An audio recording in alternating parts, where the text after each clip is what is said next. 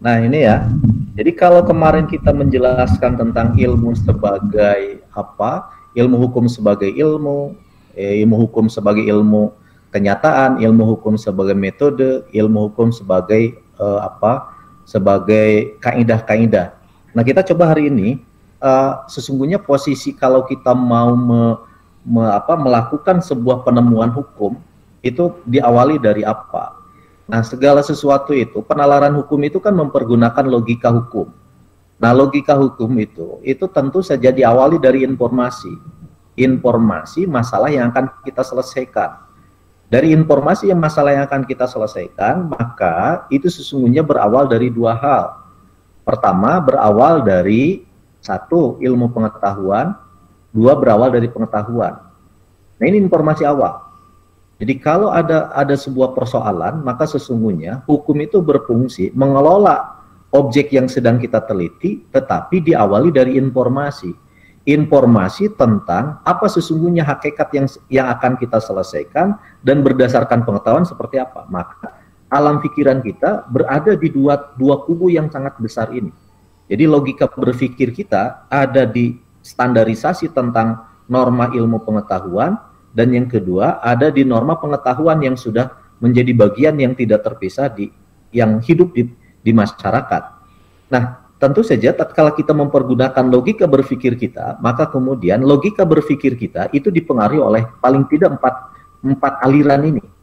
Apakah pikiran kita itu mempergunakan pikiran yang bersifat dimensinya adalah rasionalisme, atau kita berpikir yang cenderung selalu berpikir empirisme, berarti fakta-fakta dan data-data, kenyataan-kenyataan yang selalu diungkapkan, atau yang ketiga adalah proses kritisisme, jadi mencari terobosan-terobosan baru yang nanti pada perkembangan selanjutnya itu adalah disebut dengan aliran hukum progresif yang selalu memberikan kritisisme atau positivisme.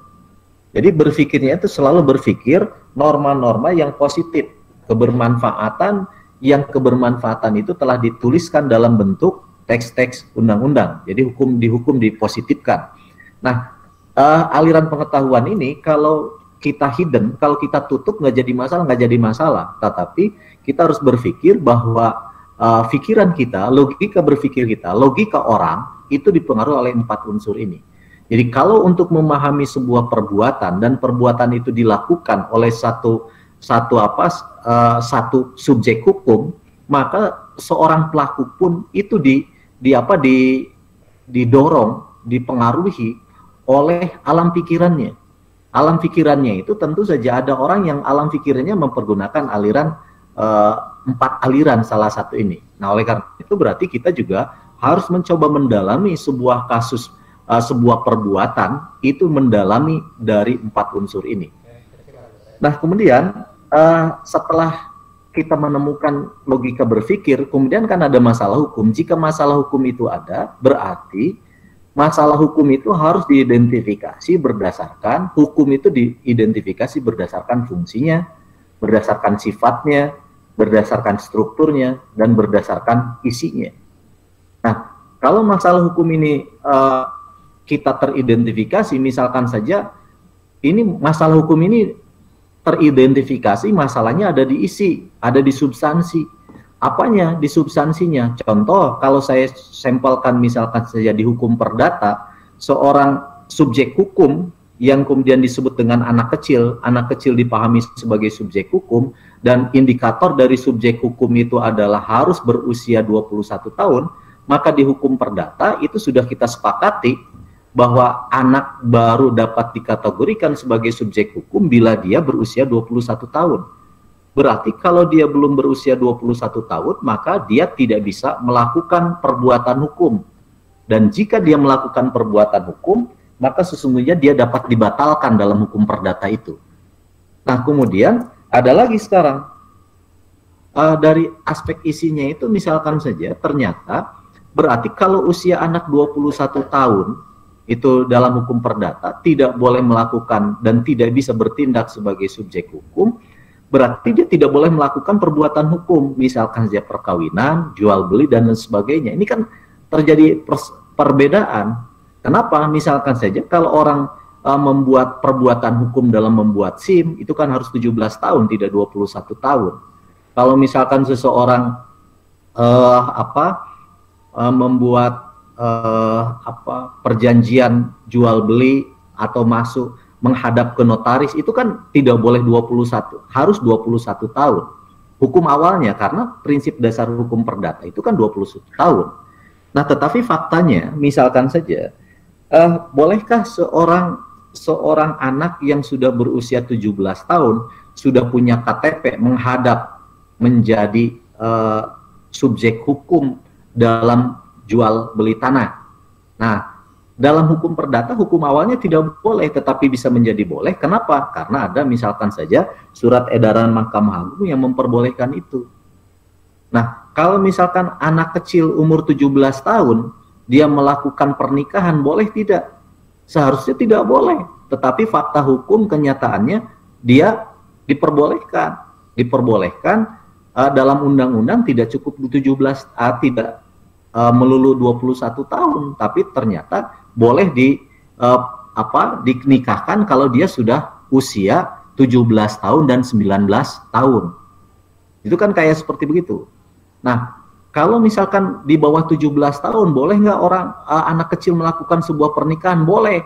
Harus ada pakai izin dispensasi nikah. Ini kan persoalan ini kan menjadi persoalan. Persoalan ini ditemukan dari mana? Dari aspek memang hukum bermasalah dari aspek isinya. Karena isi yang berbeda-beda, wajar kalau orang juga berprinsip berbeda-beda. Contoh misalkan kasus yang menghentak, misalkan saja seorang Syekh Puji menikahi seorang anak kecil. Itu kan Syekh Pujinya sampai dipidana. Kenapa dipidana? Karena menurut tekstual normatifnya, anak yang dinikahi oleh Syekh Puji itu melanggar aturan. Tapi ada ridho dari orang tuanya terhentip ekonomi, tapi tetap Syekh Puji itu tetap dieksekusi. Nah, ini kan beberapa persoalan ini kemudian menjadi persoalan. Kalau memang misalkan seorang anak kecil itu sebelum umur 17 tahun tidak boleh nikah, loh dalam undang-undang itu kan diperbolehkan ada dispensasi nikah, walaupun usianya belum mencapai usia dewasa dengan kriteria 17 tahun atau 19 tahun. Tapi izin dispensasi nikah itu bisa jadi boleh. Kenapa bisa jadi boleh? Nah, itu kan persoalan. Nah, apakah kebolehan dispensasi nikah itu atas dasar otoritas negara yang diberikan ke pengadilan dengan pengajuan orang tua?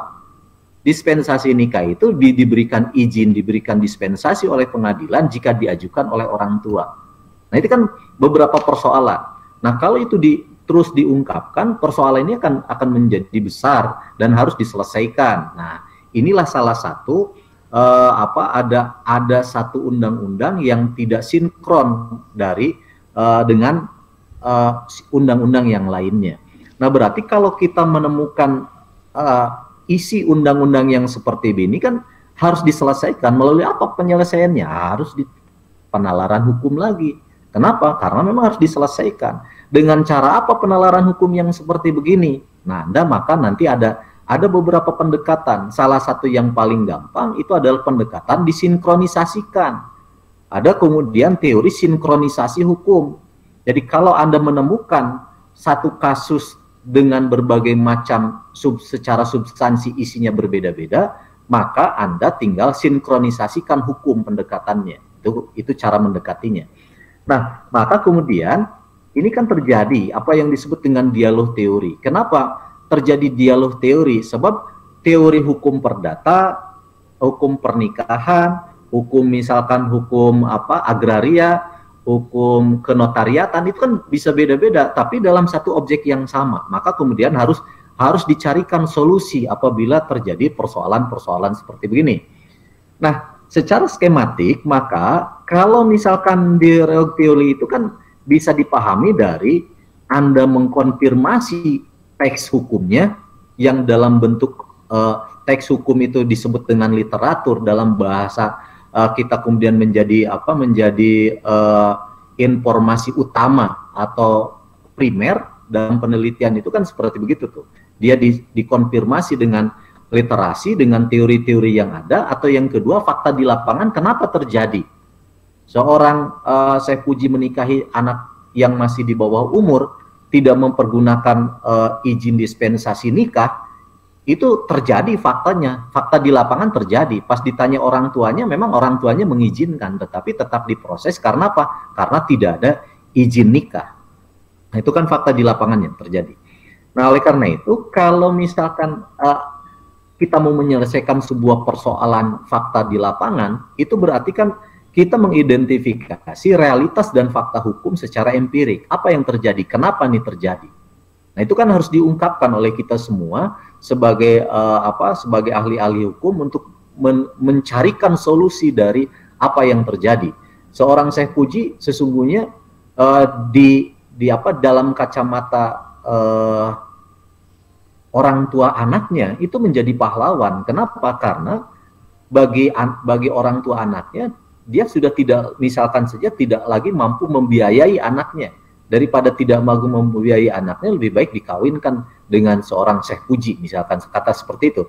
Itu kan realitas dan fakta hukum secara empirik dan sudah terjadi, tetapi ternyata hukum tetap berkacamata sesuatu yang bersifat normatif, dan Syekh Puji sebagai seorang penolong itu kemudian dipenjara. Kan ini menjadi sesuatu yang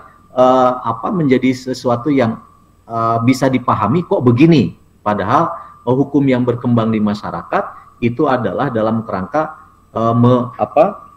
mementaskan krisis sosial yang terjadi di lingkungannya. Nah, kalau misalkan Anda pada pola yang kedua, karena pola yang kedua itu adalah pola sinkronisasi bukan sinkronisasi, Anda cek terhadap literatur dalam bentuk sumber-sumber primer yang pada saat ini adalah undang-undang, maka berarti Anda memasukkan norma-norma yang bersifat normatif dalam undang-undang itu. Nah, maka Anda kan tinggal gini rumusnya. Anda pilih apakah hukum yang dipergunakan tatkala menyelesaikan persoalan Syekh Puji itu berkaitan dengan asas hukum yang dipergunakannya, atau diasumsikan dia bertentangan dengan sistematika hukum, atau dia bertentangan karena memang ada teks-teks undang-undang yang secara substantif dia mengatur hukum yang sama tetapi tidak sinkron. Nah, oh ya, ini kelihatannya tidak, karena dia tidak sinkron, maka berarti penalaran hukum yang harus Anda pakai berarti dengan pola penalaran logika berpikir dengan cara sinkronisasi hukum. Gitu, disinkronkan. Apa tujuan maksud dari Undang-Undang KUH Perdata? Apa tujuan undang-undang perkawinan seperti ini? Kemudian disinkronkan, kemudian ditemukan apa makna yang ingin dicapai oleh undang-undang, baik undang-undang perdata ataupun undang-undang perkawinan. Nah, temuan-temuan itu kemudian dijadikan sebagai dasar untuk memutuskan sebuah keputusan hukum. Nah, dari mana dasar hukumnya? Dari proses mensinkronkan dari semua teks-teks undang-undang dan fakta-fakta yang terjadi. Maka di atasnya Anda cek realitas dan fakta hukum yang empirik itu diungkapkan dengan cara mengidentifikasi dan efektivitas hukum. Nah, sehingga nanti sebuah keputusan hukum yang ditetapkan dalam kerangka menyelesaikan persoalan kan harus kenapa harus diselesaikan persoalan? Sebab kalau hukum ini tidak diselesaikan, maka akan terjadi bias-bias yang lain. Kalau perkawinan misalkan saja tidak diselesaikan, maka akan terjadi juga persoalan-persoalan yang lain. Misalkan saja dalam hukum perkawinan kita, misalkan saja kalau seorang yang menikah, orang yang itu harus tercatat di KUA. Ikut dalam hukum positifnya seperti begitu. Berarti kalau dia tidak dicatat dalam buku pernikahan, dicatat di KUA, maka kemudian dia pernikahan itu menjadi batal. Faktanya sekarang kemudian terjadi dalam yang kemudian diklaim sebagai norma agama, bahwa hukum perkawinan itu tidak usah dicatat, tapi perkawinan itu cukup disaksikan tanpa ada embel-embel administratif. Kemudian dalam hukum adat ada lagi perkawinan, misalkan kawin lari dan lain sebagainya. Nah, ini kan fakta-fakta hukum yang sudah ada dan tidak sinkron. Nah, tidak sinkron dengan aturan main. Aturan main dalam hukum perkawinan kita berarti perkawinan itu harus dicatat. Berarti kalau tidak dicatat dia pelanggaran. Nah, gitu kan? Berarti dia punya implikasi. Kalau dia tidak dicatat, Loh, seringkali apa implikasinya? Implikasinya adalah kalau dia tidak dicatat dalam sistem perkawinan, kemudian dia memiliki anak, maka kemudian terjadi sengketa persoalan. Anak ini anak siapa? Bolehkah seorang laki-laki kemudian membantai itu bukan anak saya? Karena apa? Karena tidak ada bukti otentik bahwa dia adalah anak saya. Kan itu kan persoalan terus-menerus seperti begitu. Nah, itu merupakan salah satu fakta-fakta yang memunculkan sebuah sengketa-sengketa hukum, dan sengketa-sengketa hukum itu harus diselesaikan secara bijak, dan cara menyelesaikannya secara normatif tidak bisa hanya sebatas norma yang ditetapkan kemudian diputuskan, tetapi harus justru ada terobosan-terobosan baru, karena memang persoalannya juga adalah persoalan yang memiliki nilai-nilai kebaruan. Nah, oleh karena itu nanti disinilah terjadilah bagaimana seorang ahli hukum atau profesional hukum mempergunakan teori hukum secara seksama. Sebab jika salah mempergunakan teori hukum, maka kemudian akan terjadi persoalan yang akan tidak sesuai dengan standar yang telah ditetapkan. Oleh karena itu, setiap ahli hukum maka tentu saja harus agak bijak dalam melakukan sebuah mengambil dan mempergunakan teori hukum yang dipergunakan oleh setiap individu. Nah, maka kemudian setelah kita mempergunakan teori, maka kemudian lahirlah apa yang disebut dengan teori penalaran hukum. Kenapa teori penalaran hukum? Sebab dia mengolah apa yang ada, apa yang akan dipakai berdasarkan logika yang dimiliki oleh setiap profesional hukum itu atau ahli hukum itu. Maka penalaran hukum itu diawali dari studi prosedur dan teknik atau studi pendahuluan lah, dalam bahasa penelitian itu adalah studi pendahuluannya, dan yang kedua adalah sistem prosedur dan teknik. Apa yang bedanya? Kalau studi prosedur dan teknik ini menunjukkan, misalkan saja sebagai sampel, misalkan saja satu keputusan hakim dan diikuti oleh keputusan hukum-hukum yang hakim-hakim yang lain, kemudian dijadikan jurisprudensi, apakah dengan serta-merta bisa langsung dipergunakan? Nah, maka harus ada studi pendahuluan. Apakah betul ruang dan waktu tatkala kejadian itu terjadi dan hakim itu memutuskan sesuai dengan fakta dan norma yang sudah berkembang hari ini? Nah, itu kan harus dicek dulu, studi pendahuluan dulu terhadap realitas hukum yang pada saat itu oleh hakim A diputuskan. Kalau mau diikuti oleh hakim B karena dia mempergunakan jurisprudensi ketetapan hukum yang sudah dipergunakan, maka proses yang kedua adalah berarti harus dilihat prosedurnya benar nggak? Apa bukti kebenaran? Sampel misalkan saja kalau dalam hukum Islam itu mempergunakan teori kias. Nah, kalau teori kias itu kan tatkala kita mempergunakan sistem prosedur dan teknik, berarti kita memahami harus ada 4 komponen. Ada asal, hukum asal, ada far'un, ada hukum asal, ada ilat. Nah, terakhir inilah ilat. Ilat yang mengkonfirmasi apakah kita boleh mempergunakan hukum yang terdahulu yang sudah ditetapkan, kemudian akan kita pergunakan pada kasus hukum yang sedang kita hadapi pada hari ini.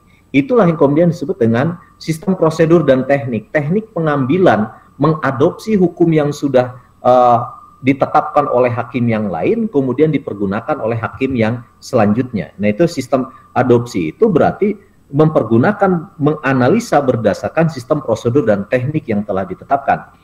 Nah, maka nanti ini kalau kita mempergunakan model penelitian ini semuanya didasari dari informasi hukum primer atau informasi hukum sekunder.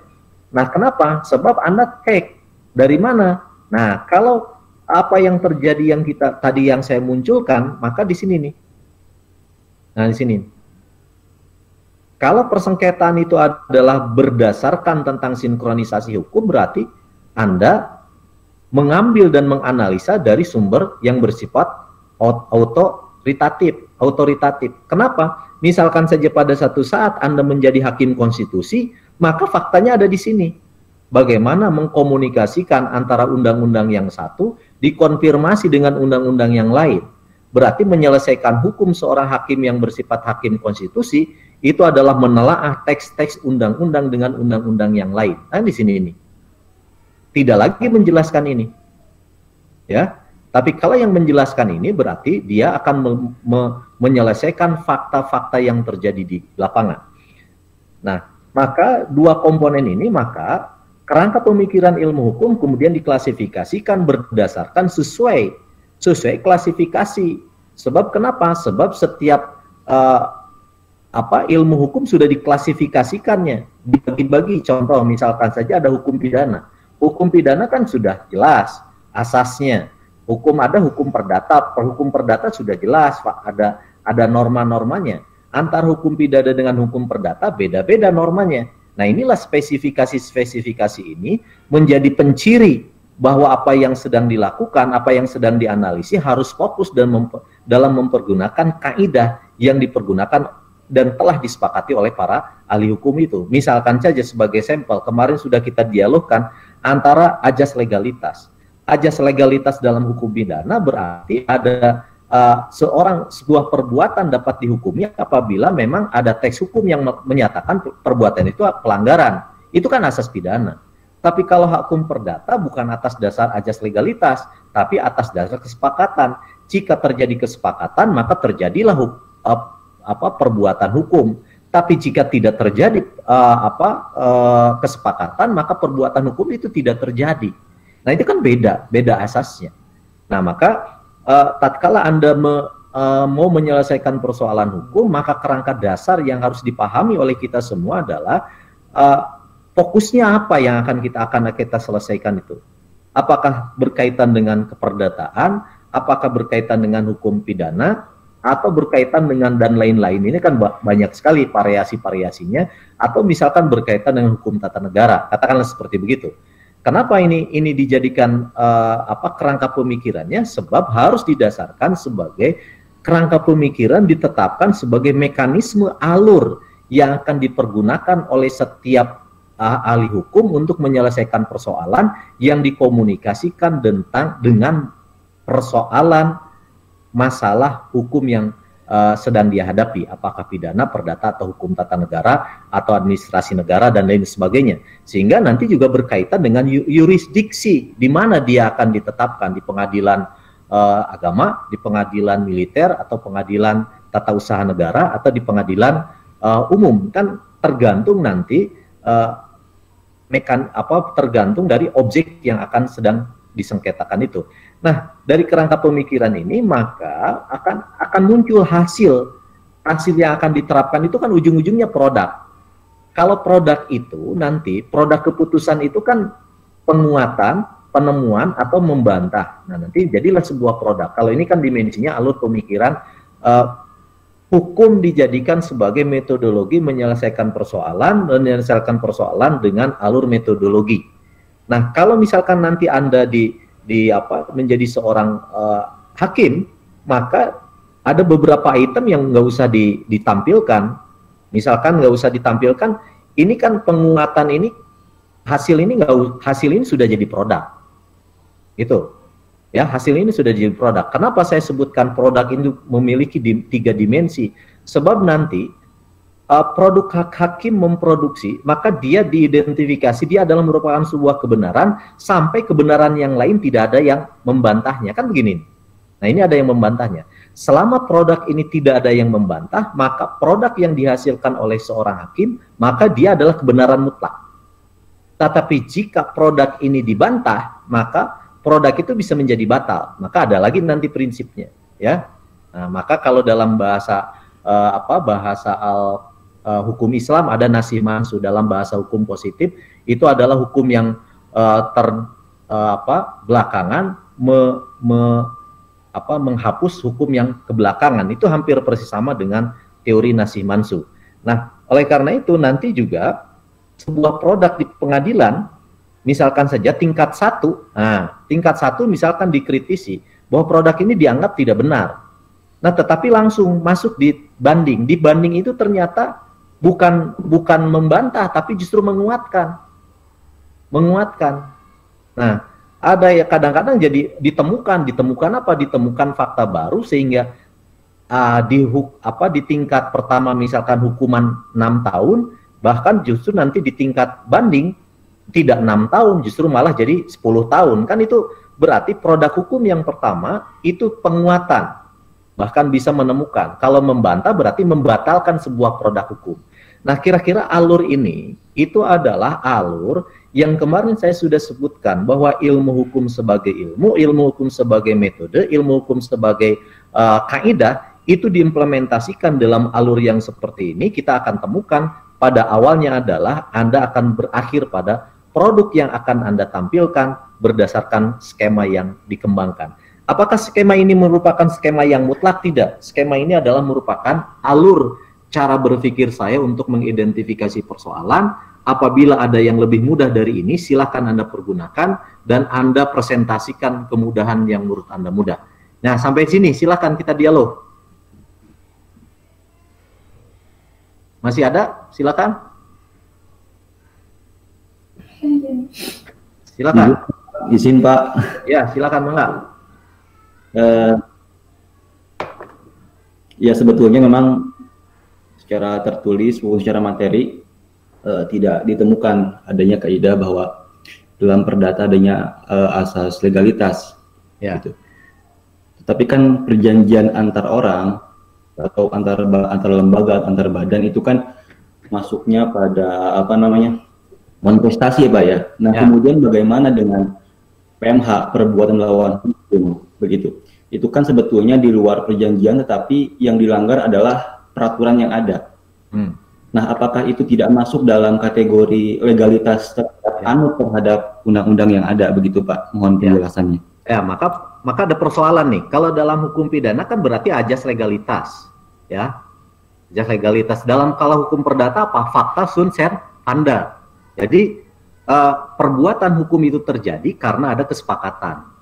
Nah, kesepakatan itu dalam dimensi hukum sebetulnya legal, norma legal yang mengatakan apabila nanti terjadi one prestasi, maka sesungguhnya norma yang dipergunakan adalah norma fakta sarpanda itu. Nah, itu sebetulnya. Nah, kenapa ada perbedaan? Kalau di pidana ada ajas legalitas, kalau di sini ada fakta. Nah, karena kalau di ajas legalitas itu kan pidana itu menyangkut orang, maka ditetapkan legal, harus tetap legalnya. Tapi kalau di perdata tidak menyangkut usia, tidak menyangkut nyawa, tetapi menyangkut perilaku yang bisa dilakukan atau bisa tidak dilakukan. Itu hanya untuk mempermudah saja. Padahal tetap saja. Kalau di perdata ada nggak ajas legalitasnya? Ada. Apa? Kesepakatan. Kalau di pidana bukan kesepakatan, sepakat tidak sepakat, Anda dianggap sepakat. Nah, itu kalau di pidana. Gitu ya. Mudah-mudahan Anda tidak puas. Silahkan kalau ada yang mau nambahin. Masih ada?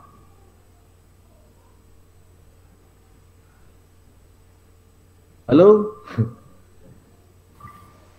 Pak, ya. Silakan. Ini kan maksudnya dari yang saya pahami dari alur analisa hukum ini kan tujuannya kan untuk menciptakan suatu produk kan gitu, suatu produk hukum. Nah, di sini Bapak kan tidak menyinggung dari penalaran hukum ini. Saya sebetulnya lebih mengacu pada penalaran hukum. Nah, penalaran hukum ini apakah tidak bisa langsung ke suatu interpretasi terhadap suatu peraturan gitu Pak? Ini apa penalaran hukum ini apakah bersifatnya meluas, artinya penalaran hukum baik yang ada di suatu peraturan perundang-undangan atau yang ada di dalam suatu masyarakat atau yang ada contohnya seperti hukum adat juga gitu Pak? Ya. Karena di sini Bapak tidak menyinggung interpretasi daripada hukum itu sendiri begitu Pak? Ya. Tuh. Saya belum sampai tingkat sana, jadi belum fokus ke penalaran hukum secara spesifik. Apa yang disebut dengan penalaran hukum? Pertemuan kita sampai 1, 2, 3 ini masih general. Kenapa masih general? Sebab saya harus memetakan dulu persoalan yang nanti akan yang akan digunakan secara spesifik itu adalah lapangannya begini. Jadi saya menjelaskan dulu lapangan. Setelah saya menjelaskan lapangan, nanti baru Anda paham, oh ini gitu. Ya. Ya, jadi tidak fokus dulu penalaran, tapi nanti kedudukan penalaran dalam sistem ini. Ya. Kalau kemarin penalaran hukum dalam dimensi ilmu hukum, kenapa saya harus jelaskan ilmu hukum dulu? Tidak langsung penalaran hukum. Nah, nanti Anda bakal ketahuan nanti di beberapa kali pertemuan ke depan, oh fungsinya itu begini-begini. Gitu, paham ya? Jadi belum penalaran hukum di tingkat, apakah penalaran hukum ini bisa di dalam menalar dalam aspek undang-undang? Ini bisa. Ini kan sudah saya petakan di sini. Penalaran hukum, kalau misalkan Anda di sini ya, penalaran hukum dalam dimensi hukum yang tertulis, maka berarti di sini. Di sini nih, yang akan Anda talar itu adalah undang-undang. Sampelnya apa tadi? Tadi saya sampelkan di sini, isi. Hukum perdata menjelaskan subjek hukum anak itu 25 tahun. Tapi hukum perkawinan 17 tahun dan 19 tahun. Kan di sini nih isi. Berarti isi ini di mana? Di sini kan adanya undang-undang yang bersifat autoritatif. Maka nalar hukum Anda di sini diterjemahkan nih. Nah, terjemahkan dalam undang-undang ini setelah Anda mengidentifikasi ini. Itu paham ya? Ada lagi yang lain? Silakan. Izin Pak. Silakan. Ini berkaitan dengan undang-undang terbaru Cipta Kerja atau Omnibus Law. Ini katanya, konon katanya merupakan gabungan dari puluhan atau ratusan undang-undang. Apakah menurut Bapak ini dampak dari teori penalaran hukum?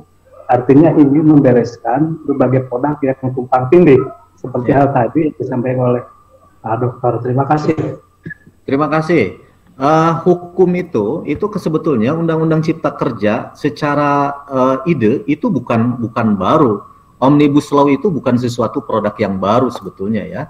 Contoh, kenapa saya dianggap bukan sesuatu produk yang baru? Contoh, kodifikasi hukum, ya, sampel yang seringkali misalkan yang gampang kompilasi saja. Ini ilustrasi saja buat rekan-rekan, kompilasi hukum Islam. Kompilasi hukum Islam itu jadi norma yang bisa dipergunakan di pengadilan.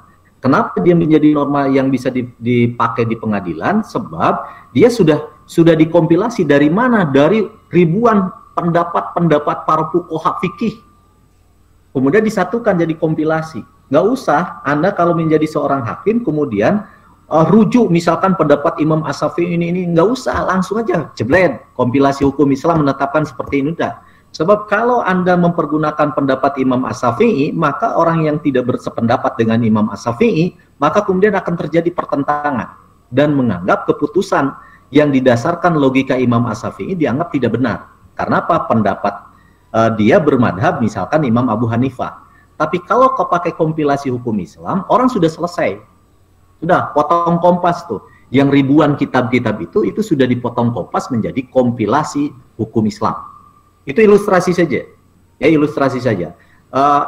Apakah kemudian Undang-Undang Cipta Kerja ini kemudian dianggap sebagai sesuatu yang kontroversi ini memunculkan kontroversi ini kemudian salah? Nah, kita tidak di ranah itu.